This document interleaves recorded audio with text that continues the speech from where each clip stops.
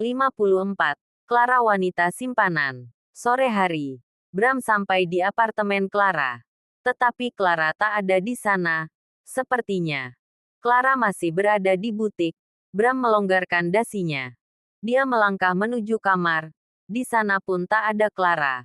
Bram menghubungi nomor Clara. Tetapi Clara tak menjawabnya. Bram menghubungi Dante. Ternyata mereka masih berada di butik. Clara belum selesai bekerja. Bram masuk ke kamar mandi. Dia menyiapkan air hangat dan berendam dalam batub. Rileks, gumam Bram. Bram memejamkan matanya. Dia tersenyum mengingat akan segera menjadi seorang ayah. Dia bahagia Clara tengah mengandung anaknya. Sesaat kemudian Bram menghela napas. Dia teringat ketika Clara mencurigai dirinya. Clara berpikir Bram takkan menerima anak itu. Clara tak tahu.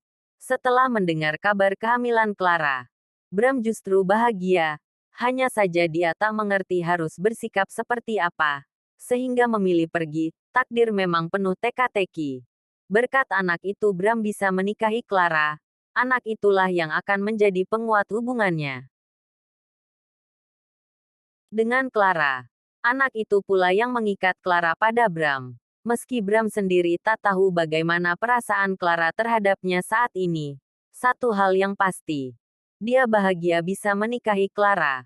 Bram tiba-tiba saja teringat pada Anita. Anita adalah istri pertamanya. Dia menghela napas berat. Aku akan mengajukan pembatalan pernikahan. Lagi pula, surat pernikahanku belum ada. Batin Bram. Bram begitu yakin dengan keputusannya untuk berpisah dari Anita. Dia akan memilih Clara dan hidup bersama Clara juga calon buah hatinya. Momen-momen manis tentang keluarga kecil bahagia memenuhi kepala Bram. Dia berjanji pada dirinya sendiri. Akan selalu menjaga Clara dan anaknya kelak. Bram merasa cukup merendam tubuhnya. Dia beranjak dan membilas tubuhnya. Setelah itu, dia kembali ke kamar. Bram teringat pada CCTV kamar Clara. Dia mengambil kursi dan mengambil benda kecil yang dia pasang cukup tinggi di dekat bingkai foto. CCTV itu untuk merekam segala aktivitas Clara di kamar. Bram melepasnya. Dia merasa tak membutuhkan alat itu lagi. Dia juga berpikir akan mempercayai Clara sepenuhnya. Dia begitu yakin bahwa Clara takkan macam-macam dan akan tahu batasan. Bahwa kini Clara adalah istri dari Bram. Meski pernikahan mereka secara diam-diam tanpa ada yang tahu kecuali pendeta yang menikahkan mereka. Tetapi Bram yakin Clara takkan berbuat hal gila di belakangnya. Luka di hatinya perlahan sembuh oleh cintanya terhadap Clara. Pemikiran negatif tentang wanita dan cinta perlahan menghilang dari kepala Bram. Bram mencintai Clara. Karena itu dia akan selalu mempercayai Clara.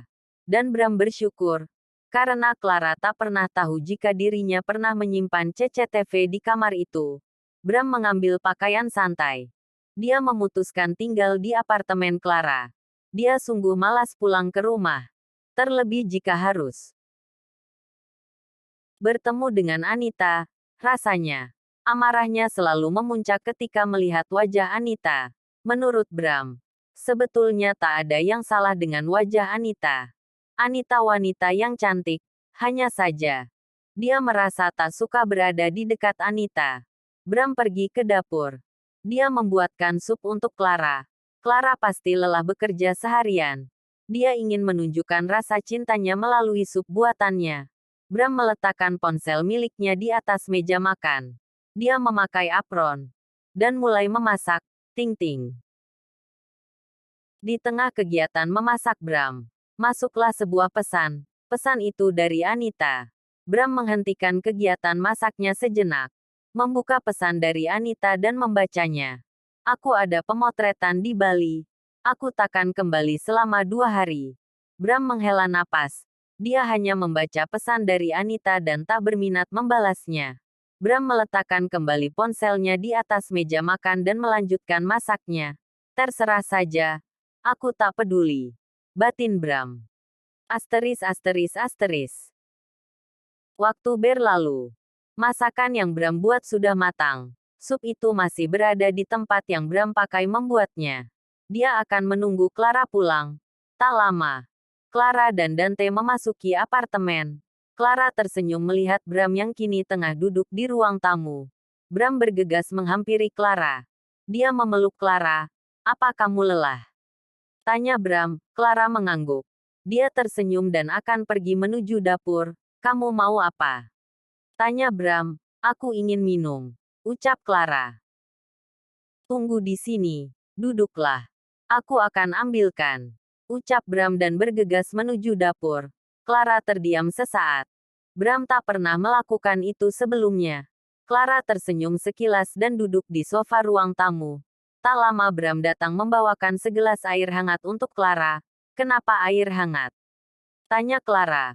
"Kamu lelah. Kamu membutuhkan air hangat," ucap Bram. "Tidak mau. Aku ingin minum air dingin," ucap Clara.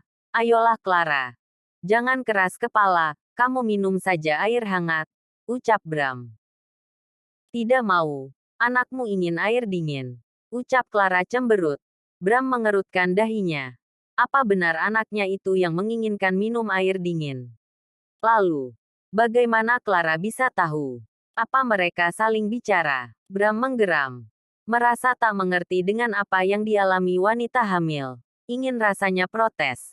Tetapi dia tak dapat berbuat apa-apa mengingat Clara tengah hamil. Dia akan mencoba menjadi pria sabar untuk Clara. Bram beranjak dan mengambil sebotol besar air dingin. Tak lupa dia juga membawa sebuah gelas. Clara mengerutkan dahinya. Dia hanya minta segelas air tetapi Bram membawakan sebanyak itu. Bram tersenyum. Seolah mengerti pikiran Clara. Dia menuangkan air dingin ke dalam gelas dan memberikannya pada Clara. "Untuk berjaga-jaga. Jika bayi kita ingin menambah minumnya," ucap Bram. Clara tersenyum. Ternyata suaminya itu benar-benar pengertian. Clara menenggak air dingin itu hingga habis. "Wow. Haus sekali sepertinya ibu hamil ini," ucap Bram. Clara lagi-lagi tersenyum. "Apa kamu lapar? Aku sudah buatkan sup untukmu," ucap Bram. Clara mengangguk. Dan Bram mengajaknya menuju meja makan. Bram menyiapkan semangkuk sup dan memberikannya pada Clara. Bram menemani Clara. Dia terus memperhatikan Clara yang masih memakan sup buatannya. "Hari ini, aku merasa beruntung," ucap Clara. "Benarkah?" "Kenapa begitu?" tanya Bram. "Suamiku begitu perhatian," ucap Clara tersenyum. Bram tersenyum. Dia senang jika Clara menyukai perhatian kecilnya.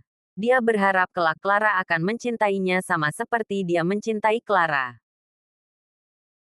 Selesai memakan sup buatan Bram, Clara pamit ke kamar. Dia merasa lelah dan ingin beristirahat. Bram menemani Clara. Sedetik pun dia tak meninggalkan Clara bahkan hingga Clara terlelap. Bram menatap wajah Clara. Hanya sebentar lalu Clara langsung terhanyut ke alam mimpinya. Bram mengecup dahi Clara. Dia beranjak dari tempat tidur. Rasa kantuknya belum datang. Karena itu dia akan bekerja sebentar menunggu rasa kantuknya datang. ****3 hari berlalu. Pagi hari.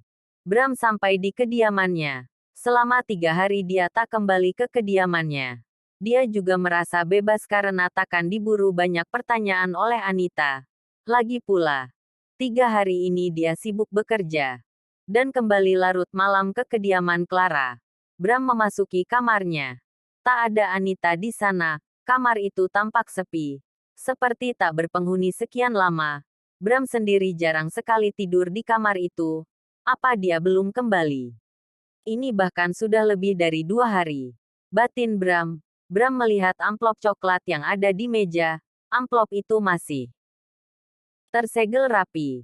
Dia melihat catatan di amplop itu. Amplop itu untuk dirinya dan Anita. Bram membuka amplop itu. Dia mengerutkan dahinya ketika melihat surat pernikahan Anita secara resmi dari negara. Astaga. Aku lupa mengurus pembatalan pernikahanku dengan Anita. Batin Bram. Bram melempar surat-surat pernikahnya bersama Anita ke sembarang arah. Dia tak peduli dengan itu. Ada ataupun tidak surat-surat itu. Aku akan tetap meninggalkan Anita. Batin Bram. Bersambung.